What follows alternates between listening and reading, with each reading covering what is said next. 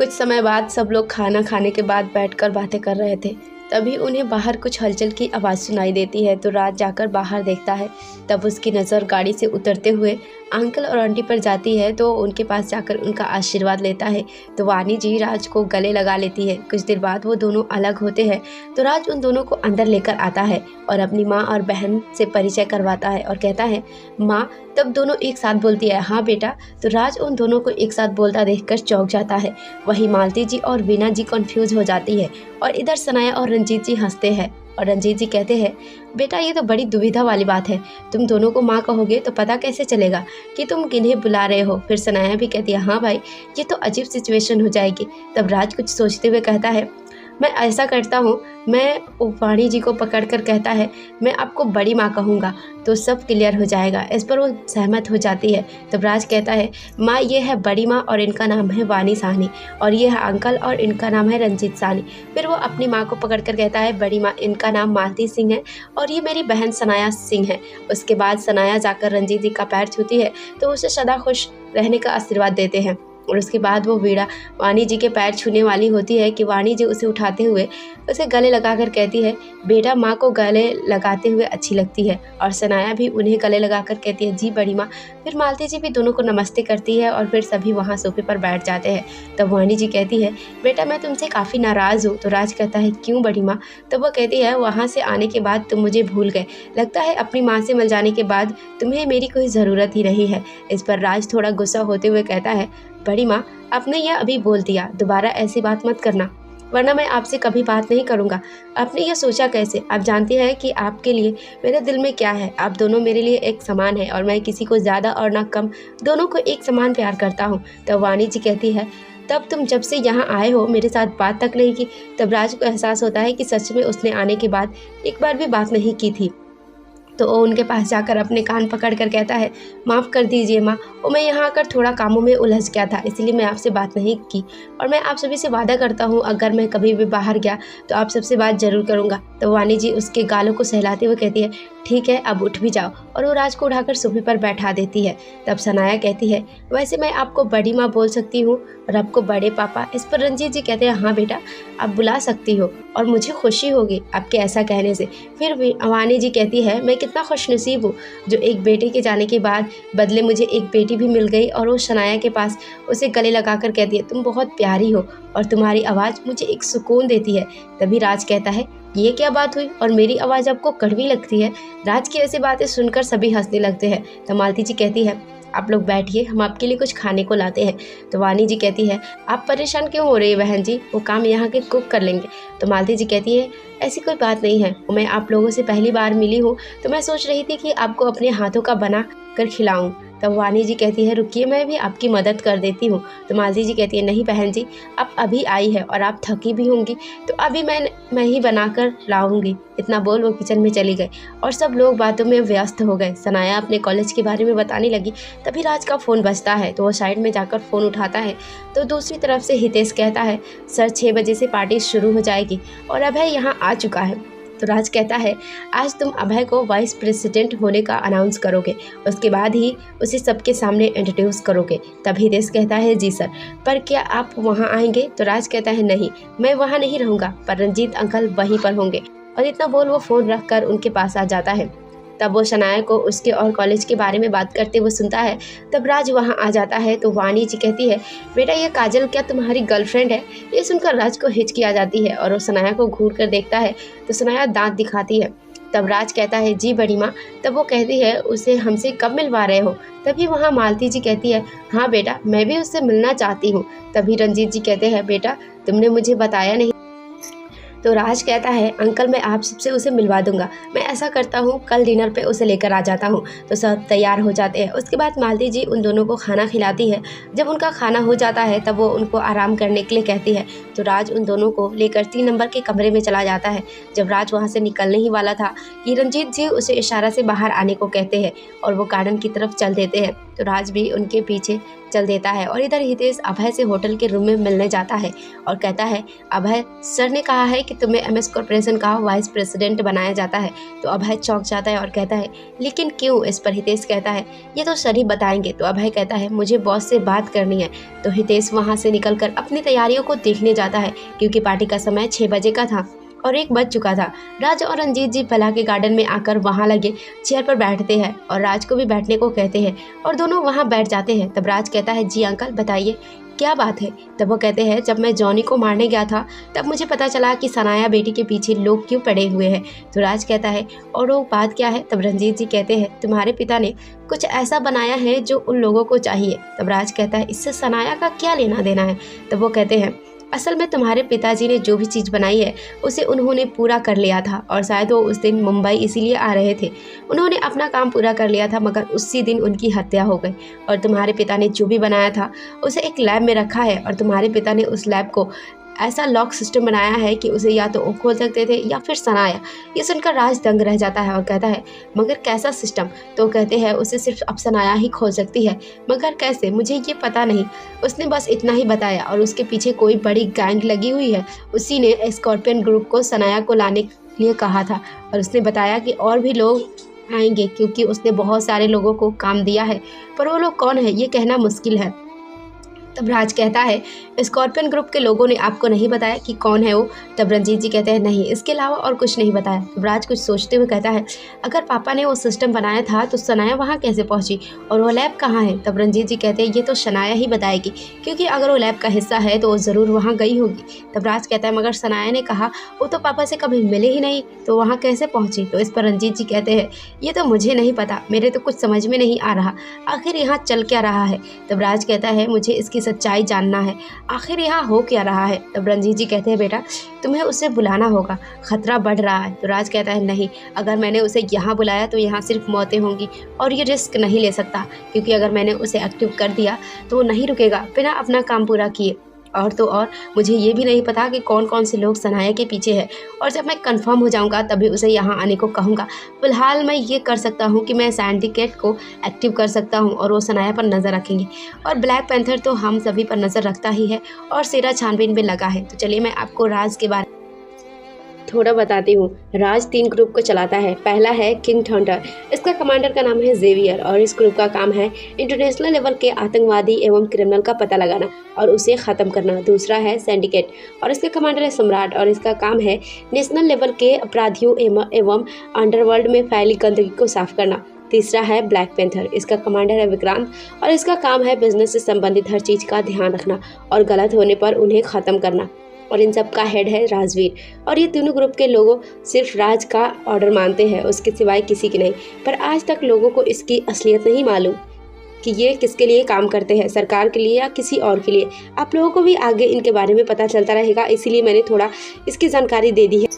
और हमारा सेरा आरएस का कमांडर है। इस गैंग के लीडर रंजीत साहनी थे मगर अब राज लीड करता है और ये गैंग अंडरवर्ल्ड की दुनिया में इसे किंग कहा जाता है। अब कहानी पर आते हैं।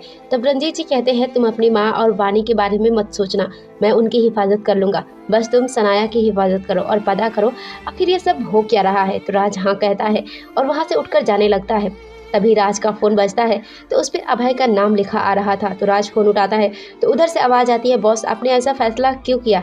आपको पता है कि मेरा काम आपकी हिफाजत करने का है। तब राज उसे समझाते हुए कहता है, देखो अभय, मैंने यह फैसला सोच समझ कर लिया है और मैं तुम्हारी जिद की वजह से काजल के पास आया और उससे मुझे प्यार हो गया है। अब मैं चाहता हूँ कि तुम अपने भाई होने का फ़र्ज़ निभाओ। तुम्हें मैंने यहाँ अपने घर जाने के लिए बुलाया है क्योंकि मुझे लगता है कि काजल भी उन सब की नज़र में आ गई है और मैं इतने लोगों की हिफाजत करने में चूक भी सकता हूँ। तब अभय कहता है, मैंने पास्ट में जो किया उसकी वजह से डैड मुझसे नफरत करते हैं, तो वो मुझे क्यों अपने पास बुलाएंगे? तब राज कहता है, इसीलिए मैंने तुम्हें एमएस कॉर्पोरेशन का वाइस प्रेसिडेंट बनाया है और बिजनेस में हमारे साथ काम करने के लिए उन्हें तुम्हें बुलाना पड़ेगा और तुम ये समझो कि काजल की हिफाजत ही मेरी हिफाजत है। तब अभय कहता है, ठीक है बहुत, जैसा आप कहेंगे मैं वैसा ही करूँगा। और हाँ अभय, आज के बाद हम दोनों दूसरे के लिए आमने सामने अनजान है, तो ध्यान रखना, मुझे सबके सामने बॉस मत कहना। इतना कहकर राज फ़ोन रख देता है और वो विला के अंदर जाने लगता है। तभी उसका फ़ोन फिर से बजता है जो कि सेरा का था। तो राज फ़ोन उठाता है तो शेरा कहता है बॉस मुझे इन लोगों ने पागल बना दिया है, इनकी बातें मेरे सर के ऊपर से जा रही है, प्लीज़ आप यहाँ आकर खुद ही बात करो नहीं तो मैं पागल हो जाऊँगा। तब राज शेरा की बात सुनकर मुस्कुराता है और कहता है ठीक है मैं कल आऊँगा, और हाँ तुम बादाम खाया करो तो सब समझ में आ जाएगा। तो शेरा राज की बात सुनकर अपना बाल सहलाने लगता है और कहता है बॉस मेरे पास तो बहुत दिमाग है। तो राज उसकी बात सुनकर हंस देता है और फ़ोन रख देता है। तो शेरा कभी अपने फ़ोन को देखता है तो कभी उन लोगों को जो वहाँ पर बंधे हुए थे। फिर वो गुस्से में उधर जाता है और उन लोगों पर लात और घूंसों की बरसात कर देता है और कहता है तुम लोगों की वजह से बॉस मुझ पर हंस रहे थे। तभी शेरा के आदमी उसको रोकते हैं और कहते हैं देखो सब बेहोश हो गए और ज़्यादा मारोगे तो मर जाएंगे, फिर बॉस को क्या कहोगे। तब जाकर शेरा शांत होता है और कहता है जब ये लोग होश में आ जाए तब इनकी खातिरदारी फिर से करना है। और इतना बोल वो बाहर चला गया। जब तक शाम के 5 बज चुके थे राज अभय से बात करके रंजीत जी के पास जाता है और उनसे कहता है अंकल आप पार्टी में कब आएंगे। तो रंजीत जी कहते हैं मैं बस अभी निकल ही रहा हूँ। तब राज कहता है वहाँ आप ध्यान रखना। इतना कहकर वो अंदर चला जाता है। इधर होटल में गेस्ट का आना शुरू हो गया था। लगभग 6 बजे तक सभी गेस्ट आ गए थे। तो हितेश अभय के पास जाकर कहता है तुम रेडी हो ना। तब अभय कहता है बॉस थोड़ा घबरा रहा हूँ। तो हितेश कहता है और तुम किस बात के लिए इतना टेंशन में हो। तब अभय कहता है एक तो बॉस ने मुझे वीपी बना दिया है और आज मैं अपने डैड से 5 सालों बाद मिलूंगा, इसीलिए थोड़ा टेंशन है। तब हितेश कहता है डोंट वरी तुम सब संभाल लोगे। फिर हितेश वहाँ से जाते हुए कहता है तुम स्टेज के पीछे ही रहना, मैं जब तुम्हारा नाम लूँगा तब तुम सबके सामने आना। और इतना बोल वो चला गया। जब हितेश बाहर निकला तो उसकी नज़र रंजीत जी पर गई और वो उनके पास आकर कहता है सर चलिए अंदर। तो रंजीत जी उसके साथ चल देते हैं। आज पार्टी में दिल्ली के छोटे से बड़े बिजनेसमैन सभी यहाँ आए थे और रिपोर्टर को बाहर ही रहने दिया गया। आज यहाँ दिल्ली के लगभग सभी बिजनेसमैन आए हुए थे, जिनमें बहुत सी लड़कियाँ थी। यहाँ सभी लोग अपना बिजनेस बढ़ाने के लिए आए हुए थे। फिर सबको हितेश की आवाज़ सुनाई देती है और वह स्टेज पर बोल रहा था हेलो एवरीवन, उम्मीद करता हूँ कि आप लोग सब ठीक होंगे। तो चलिए मैं कुछ लोगों को आपसे इंट्रोड्यूस करवाता हूँ। आप लोगों में से बहुत लोग मुझे जानते ही होंगे और जो नहीं जानते मैं उन्हें बताता हूँ। मेरा नाम है हितेश राजवंशी और मैं MS कॉर्पोरेशन का CEO हूँ। ये सुनकर सभी तालियां बजाते हैं। उसके बाद कहता है पहले मैं आप लोगों से माफ़ी चाहता हूँ क्योंकि आज यहाँ हमारे चेयरमैन मौजूद नहीं है, वो किसी काम की वजह से इस देश से बाहर है। तो चलिए पहले मैं मिलवाना चाहता हूँ इस कंपनी के फाउंडर से। तो चलिए आप लोग इनका वेलकम कीजिए। फिर स्टेज पर एक लाइट पड़ती है जिसके बीचों बीच एक आदमी खड़ा था। तब हितेश कहता है तालियों से स्वागत कीजिए हमारे कंपनी के फाउंडर मिस्टर रंजीत साहनी का। तो ये सुनकर सभी लोग तालियां बजाने लगते हैं। तब रंजीत जी माइक में कहते हैं आप लोगों का इस पार्टी में स्वागत है। जैसा कि हमारे CEO ने कहा कि मैं इस कंपनी का फाउंडर हूँ, मगर सच ये है कि आज से 10 साल पहले मैंने बस एक छोटी सी कंपनी खोली थी, मगर हमारे चेयरमैन मिस्टर RVS ने इसे 10 सालों में अपनी मेहनत से दुनिया की टॉप कंपनी बनाई है। तभी उन गेस्ट में से एक ने कहा सर क्या हम लोग चेयरमैन से नहीं मिल सकते। तब रंजीत जी ने कहा अभी चेयरमैन का अपना कोई पर्सनल काम है, इसीलिए वो अभी दुनिया के सामने नहीं आना चाहते, मगर मैं आप लोगों को उनसे मिलवाने की कोशिश ज़रूर करूँगा। और इतना बोल वह स्टेज के नीचे आ जाते हैं। उसके बाद हितेश कहता है तो स्वागत कीजिए हमारे वाइस प्रेसिडेंट मिस्टर अभय सेन का। तब अभय स्टेज पर आता है। उसे देखकर अशोक सेन को शौक लगता है और उनके हाथ से उनकी ड्रिंक गिर जाती है नीचे। तभी उनके पास वरुण ओबरॉय आते हैं और कहते हैं यार ये तो तेरा बेटा है, पर ये इस कंपनी का वाइस प्रेसिडेंट कैसे बन गया।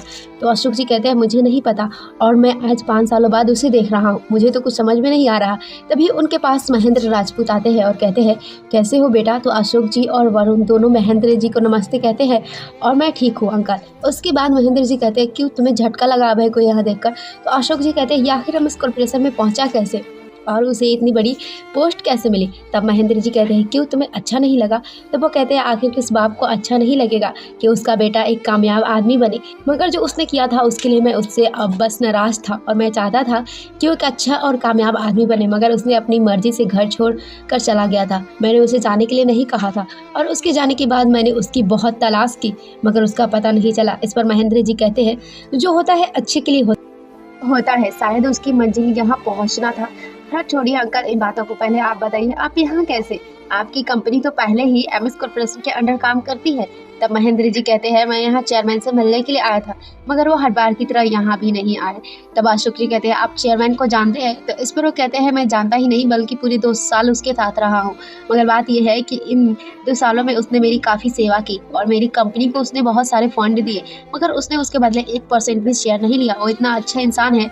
तब अशोक जी कहते हैं वैसे उनका नाम क्या है। इस पर वो कहते हैं सॉरी बेटा, पर उसने मुझसे वादा लिया है कि मैं उसकी पहचान गुप्त रखूँ और इसी शर्त पर उसने मेरी कंपनी को बचाया है। फिर दोनों चुप हो जाते हैं और महेंद्र जी वहाँ से वैष्णवी के पास आते हैं। तब वैष्णवी कहती है दादाजी आपने मुझे साथ क्यों लाया है, कितना बोरिंग है ये सब। तब दादाजी कहते हैं बेटा बस मैं जिससे मिलवाने लाया हूँ वो है एमएस कॉर्पोरेशन का वाइस प्रेसिडेंट अभय सिंह। दादाजी की बात सुनकर वैष्णवी की नज़र स्टेज पर जाती है जहाँ करीब 5 फीट 10 इंच का आदमी 3 पीस सूट पहने खड़ा था, जिसकी आंखों का कलर भूरी और वो देखने में 28-29 साल का लग रहा था, जो देखने में बहुत ही अच्छा लग रहा था। तब वैष्णवी कहती है वैसे दिखने में तो इतना बुरा नहीं है। उसकी बात सुन महेंद्र जी कहते हैं बेटा आप उससे एक बार मिल लो और कुछ बातें भी कर लो, अगर पसंद नहीं आया या फिर आपको अच्छा नहीं लगा तो देखेंगे, उससे बात करने में तो कोई कुछ नहीं कहेगा। उनकी बातों को सुनकर वैष्णवी कहती है ठीक है दादाजी, आपकी बात को एक बार मान लेती हूँ। ये सुनकर महेंद्र जी काफ़ी खुश होते हैं और कहते हैं एकदम सही लड़का है, आपको एक बार भी पछतावा नहीं होगा मेरी बात मानने का। अभी ये दोनों बात कर ही रहे थे कि कोई उनके पास आता है और उनके पैर को छूकर कहता है प्रणाम दादाजी, आप कैसे हैं। तो महेंद्र जी उसे देखकर कहते हैं बेटा आपको मैं 2 सालों बाद देख रहा हूँ और यकीन करो मैं बहुत खुश हूँ कि हम मिले। महेंद्र जी उसे आशीर्वाद देते हुए वैष्णवी से कहते हैं बेटा ये है अभय सेन परिवार का बेटा, और अभय ये है मेरी पोती वैष्णवी राजपूत। तो अभय अपने हाथ जोड़कर नमस्ते करता है, तब वैष्णवी भी उसे नमस्ते करती है। उसके बाद महेंद्र जी अभय को थोड़ा साइड में होकर कहते हैं बेटा जिससे मैंने आपसे शादी करने के लिए कहा था यही है वो। तब अभय कहता है दादाजी इतनी जल्दी, मैं अभी तो आया हूँ। तब वो कहते हैं बेटा मिलने में क्या जाता है, और हाँ कोई बहाना नहीं, तुमने वादा किया था। इस पर वो कहता है मैं मना नहीं कर रहा हूँ, ये थोड़ा जल्दी हो रहा है बस इसीलिए। तब वो कहते हैं कोई बात नहीं, जब हम आ ही गए हैं तो तुम दोनों बातें करो, मैं जाता हूँ। फिर वो जाने लगे और वैष्णवी से कहा तुम दोनों बातें करो, मैं रंजीत से मिलने जा रहा हूँ। इतना बोल वो चले गए और इधर वैष्णवी और अभय बस खड़े थे। दोनों को थोड़ा ऑकवर्ड लग रहा था। तभी वहाँ अभय के पास एक लड़की आती है और कहती है हाय मेरा नाम रेखा गुप्ता है, क्या आप हमसे दोस्ती करेंगे। तो इस पर अभय हाथ जोड़कर उस लड़की को नमस्ते करता है और कहता है किस टाइप की दोस्ती की बात कर रही हैं आप। तब वो कहती है देखो मैं सीधा ही बोल देती हूँ, तो मुझे अच्छे लगे तो क्या तुम मेरा बॉयफ्रेंड बनोगे। ये सुनकर अभय तो बस उस लड़की को देखता ही रह जाता है और इधर उसकी बात सुनकर न जाने क्यों पर उसे गुस्सा आ रहा था। तभी अभय कुछ कहने ही वाला था कि वैष्णवी ने कहा सॉरी मिस, लेकिन तुमने देर कर दी क्योंकि इनकी पहले से ही गर्लफ्रेंड है। तो इस पर रेखा कहती है कोई बात नहीं, तुम उसे छोड़ दो और तुम मेरे बॉयफ्रेंड बन जाओ। ये सुनकर तो अभय हैरान भी और परेशान भी हो गया और मन में कहने लगा आजकल लड़कियां कितनी एडवांस हो गई है। तभी वैष्णवी कहती है क्या बकवास कर रही हो, तुम्हें अभी तो बताया कि ये सिंगल नहीं है। तब वैष्णवी से कहती है तुम हो कौन जो बीच में बोल रही हो। तो इस पर वैष्णवी कहती है इसलिए क्योंकि मैं इनकी गर्लफ्रेंड हूँ। और इतना बोल वो अभय का हाथ पकड़ वहाँ से लेकर चली जाती है। उसके जाने के बाद वो लड़की एक आदमी की तरफ थम्सअप का इशारा करती है और वहाँ से चली जाती है। जिसे उस लड़की ने इशारा किया था वो कोई और नहीं महेंद्र जी ही थे। उन्होंने ही उस लड़की को ऐसा करने को कहा था क्योंकि वो दोनों काफ़ी देर से चुप थे, इसीलिए तभी महेंद्र जी को किसी की आवाज़ आती है और अंकल जी आपकी तबीयत कैसी है। तब महेंद्र जी कहते हैं अरे रंजीत तुम हो। अरे भाई मेरी तबीयत को क्या होगा जब इतने होनहार बच्चों ने मेरी देखभाल की है। इतना बोलते ही दोनों मिलकर हंसने लगे। फिर महेंद्र जी बोले वैसे तुम यहाँ कहाँ रुके हो, अगर होटल में हो तो तुम मेरे घर चलोगे। तो इस पर रंजीत जी कहते हैं नहीं अंकल, मैं अब हमेशा के लिए यहीं शिफ्ट हो गया हूँ। क्या, और तुमने मुझे नहीं बताया। तो वो कहते हैं आज ही आया हूँ और आते ही उसने मुझे इन लोगों से मिलने भेज दिया और तो तुम उसके साथ ही रहोगे। तब रंजीत जी कहते हैं हाँ, और उसके सिवाय मेरा है कौन। तब महेंद्र जी कहते हैं वैसे वो क्यों नहीं आया। तब रंजीत जी कहते हैं अभी उसे सबके सामने आने का समय नहीं आया है। फिर महेंद्र जी कहते हैं तो क्यों ना तुम कल उसे लेकर मेरे घर डिनर पर आओ। इस बात पर रंजीत कहते हैं अंकल तो नहीं हो पाएगा क्योंकि आज नए घर में शिफ्ट हुआ हूँ, तो कल वानी ने पूजा करने के बारे में बोला है। वैसे आप यहाँ मिल गए तो मेरे लिए ये अच्छी बात है। कल आप मेरे पूरे परिवार के साथ पूजा में सम्मिलित हो जाइए, तो आप उससे मिल लीजिएगा। तब महेंद्र जी कहते हैं ये तो सही है, वैसे तुम्हारा घर कहाँ पर है। तब रंजीत जी कहते हैं ग्रीन वैली में। तब महेंद्र जी कहते हैं ठीक है, हम कल ज़रूर आएंगे। तो दोनों अभी बात कर ही रहे थे तो वहाँ कुछ लोग और आ गए और वो लोग रंजीत जी से बिजनेस की बातें करने लगे। वहीं दूसरी तरफ वैष्णवी और अभय पार्टी हॉल से निकलकर गलियारे में आ गए। तब अभय कहता है आपका बहुत बहुत शुक्रिया। तब वैष्णवी कहती है अरे ये कोई बड़ी बात नहीं है। फिर वैष्णवी कहती है वैसे कांग्रेचुलेशन आपको वीपी बनने का। तो अभय कहता है शुक्रिया। फिर अभय कहता है वैसे दादाजी ने तो आपको बता ही दिया होगा कि हम आपसे क्यों मिले हैं। तब वैष्णवी कहती है हाँ मुझे पता है। तब अभय कहता है तो क्या आप बात आगे बढ़ाना चाहती या फिर यहीं पर बात को ख़त्म करना चाहेंगी। तब वैष्णवी कहती है आपसे झूठ नहीं कहूँगी, मैं यहाँ बात ख़त्म करने ही आई थी, मगर आपका नेचर और लड़कियों के प्रति आपकी इज्जत करने वाली आदत मुझे अच्छी लगी, तो मैंने सोचा क्यों ना हम अपने आप को एक मौका दें। तब अभय कहता है मुझे भी आपको देखकर यही लगता है कि शादी तो करनी ही है, तो क्यों ना एक बार हम दोनों साथ में कुछ वक्त बिताते हैं। फिर उसने वैष्णवी से उसका नंबर लिया और अपना उसे दे दिया। फिर कहा तो ठीक है, जब आप फ्री हो तो आप मुझे इन्फॉर्म कर दीजिएगा, बाकी तो आप खुद समझदार हैं ही। फिर रंजीत जी अभय की तरफ देख कर कहते हैं और हाँ कल तुम्हारी माँ ने घर पर पूजा रखी है तो याद से आ जाना। ये सुनकर वो कहता है माँ अरे मैंने तो 1 महीने से माँ से बात भी नहीं की है, और जबकि उन्होंने मुझे कई बार फ़ोन किया था। अब मैं उनके सामने कैसे जाऊँगा? वो तो मेरा भर्ता बना देगी। तब रंजीत जी कहते हैं, इस मामले से मैं कुछ नहीं कर सकता, और वैसे भी ये माँ और बेटे का मामला है। इतना बोल वहाँ से निकल गए और अभय अंकल अंकल कहता रह गया। तभी उसकी नज़र उसकी तरफ आते आदमी पर पड़ी तो वहीं जम गया। अभय की नज़र सामने से आ रहे अपने पिता पर थी और वो सोच रहा था कि क्या करूँ। तभी अशोक सेन उसके पास आ गए। तब अभय उनका पैर छूने लगा तो अशोक जी थोड़ा पीछे हट गए। ये देखकर अभय थोड़ा इमोशनल हो गया और अपने पिता की ओर देखने लगा। फिर अशोक जी उसके पास आ गए और उसे गले से लगा लिया तो अभय भी उनके गले लग गया। उसके गले लगते ही अशोक जी की आंखें नम हो गई और अभय का भी। फिर अभय ने कहा, डैड हम अंदर चलकर बात करते हैं। तो वो मान गए और फिर अभय महेंद्र जी और वैष्णवी को बाय करके अपने पिता के साथ अपने रूम में आ गया। फिर उसने अपने पिता को वहाँ के सोफे पर बिठाया। तब उसके पिता अभय को अपने पास बैठने को कहा। उसके बाद वो बोले, कैसे हो बेटे, तुम हमें छोड़कर क्यों चले गए थे? मैंने तो तुम्हें जाने को नहीं कहा था।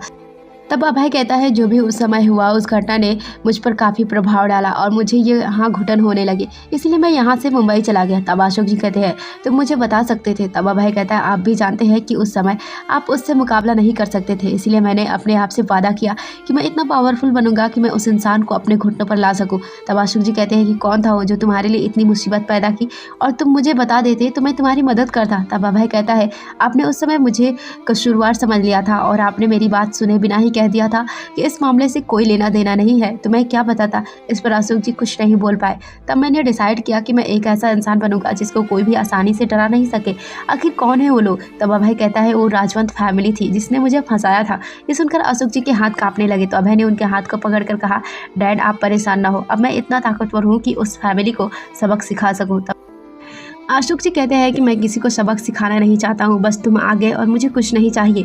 अब तुम अभी मेरे साथ घर चलोगे बस। तो अभय कहता है, अगर मुझे आपके साथ रहना है तो मुझे उन लोगों से मुकाबला करना ही है और आप इसमें कोई मदद नहीं कर सकते। तब अशोक जी कहते हैं, ठीक है, तुम जैसा कहोगे वैसा ही होगा, क्योंकि तुम्हारी माँ तुम्हारे जाने से बहुत टूट गई है। वो सबके सामने हंसने का नाटक करती है, मगर अकेले होने पर वो तुम्हारी फ़ोटो को पकड़कर रोती रहती है और अब उसे ऐसे नहीं देख सकता। तो अभय कहता है, ठीक है डैड, मैं आपके साथ चलूँगा। फिर वो दोनों वहाँ से पार्टी में आ जाते हैं और वो दोनों वहाँ के लोगों से मिलने लगते हैं। तब महेंद्र जी उन दोनों के पास आते हैं और कहते हैं, अभय बेटे अब हम चलते हैं। तो अभय कहता है, दादाजी कुछ खाकर जाइए। तो महेंद्र जी कहते हैं, नहीं बेटा, खाना तो अब तुम्हारे साथ घर पर ही खाऊंगा। इसके बाद वो कहते हैं कि समय निकालकर तुम हमारे साथ डिनर पर आ जाना। तो अभय कहता है, जी दादाजी। फिर वो जाने लगते हैं तो अभय वैष्णवी से कहता है, आपसे बात करके अच्छा लगा। ये सुनकर वैष्णवी बस स्माइल कर देती है। फिर वो वहाँ से सबको बाय कहकर चली जाती है। फिर अभय बाकी बिजनेसमैन से मिलने लगता है। तब हितेश उसके पास आता है और उसके कान में कुछ कहता है। फिर वो दोनों स्टेज पर चले जाते हैं। इधर हॉस्पिटल में काजल आज दिन भर से परेशान थे क्योंकि राज वहाँ आया नहीं था और उसने फ़ोन भी नहीं किया। फिर उसने राघवन को आवाज़ लगाई तो वो अंदर आया और कहा, जी मैम कुछ काम। तब काजल कहती है, आप मुझे एक सवाल का जवाब दे सकते हैं? तब वो कहता है, अगर मुझे पता होगा तो ज़रूर दूंगा। तब वो कहती है, मुझे बताइए कि आप राजवीर को जानते हैं? ये सुनकर राघवन एकदम चौंक जाता है और वो कुछ नहीं कह पाता। तो काजल फिर से कहती है, मैंने आपसे कुछ पूछा है। तब राघवन कहता है, मैम मैं इस सवाल का कोई जवाब नहीं दे सकता हूँ क्योंकि ये सवाल आपके लिए मामूली होगा, पर हम सबको इसका जवाब देना उतना ही मुश्किल है। तब तक काजल कहती है, पर क्यों, क्या आप लोग किसी से डरते हैं? तो राघवन कहता है, ऐसी बात नहीं है मैम, बस उस इंसान के बारे में बताना बहुत मुश्किल है। ऐसा करिए आप उन्हीं से पूछ लीजिएगा। तब काजल कहती है, अगर वो मुझे कुछ बताता तो मैं आपसे क्यों पूछती। फिर वो राघवन को जाने को कहती है और अपने सोच में डूब जाती है। और यह होटल में हितेश और अभय स्टेज पर आते हैं। तो हितेश माइक उठाकर सबको अटेंशन करते हुए कहता है, आप लोग यहाँ आए उसके लिए आप सबको शुक्रिया। तो चलिए आज मैं आप लोगों को यहाँ आने का मकसद बताता हूँ। फिर वह कहता है, हमारे चेयरमैन ने एक कॉलोनी बनाने का प्रोजेक्ट लिया है जिसका नाम है वृंदावन सोसाइटी, और इस सोसाइटी में कम से कम 100 घरों का निर्माण होगा और इसमें जो भी कंपनी जुड़ना चाहती है वो ठीक आज से 8 दिन बाद यानी बुधवार को अपना अपना फॉलोअप दे सकते हैं और उनमें से 60 कंपनियों को चुना जाएगा इस प्रोजेक्ट के लिए। और इसमें कोई भी भाग ले सकता है, चाहे वो छोटी हो या बड़ा। सब अपना अपना प्रपोजल बुधवार को जमा कर दे। और सबका यहाँ आने के लिए शुक्रिया। और अब सब लोग खाने पीने का मज़ा लीजिए और आप सबसे उम्मीद करता हूँ आप अपना बेस्ट देंगे। और फिर हितेश वहाँ से चला जाता है और बाहर आकर वो सभी रिपोर्टर को यही बताता है और उन्हें भी बात कहकर अंदर अपने रूम में चला जाता है। और वो राज को फ़ोन लगाकर कहता है, जैसा आपने कहा था मैंने वैसा कर दिया। तब राज कहता है, वो वहाँ आया है? इस पर हितेश कहता है, नहीं वो तो नहीं आया, पर उसका बेटा आया है। तब राज कहता है, अभय ने उसको देखा? तब हितेश कहता है, मुझे नहीं लगता। तो राज कहता है, उस पर नज़र रखने के लिए विक्रांत को कह दो। तो हितेश जी कहता है और उसका फ़ोन फ़ोन कट जाता है। फिर वो विक्रांत को राज का ऑर्डर दे देता है और इधर पार्टी में अभय अपने पिता के पास आता है और वो दोनों घर जाने के लिए बाहर निकल रहे थे, मगर कोई था जो कब से अभय को देख रहा था और उसे जाते ही वो आदमी गुस्से में वहां से चला जाता है। आखिर कौन था जो अभय को देख रहा था और क्या हुआ था अभय के साथ? राज किस पे नजर रखने को कहा? इन सभी सवालों के जवाब को जानने के लिए सुनते रहे हमारे इस कहानी को और हमें अपना लाइक, कमेंट, शेयर प्यार के रूप में दे और सब्सक्राइब करके बेल आइकन को हिट जरूर करें ताकि अगली कहानी आप तक जल्दी पहुंच सके। धन्यवाद।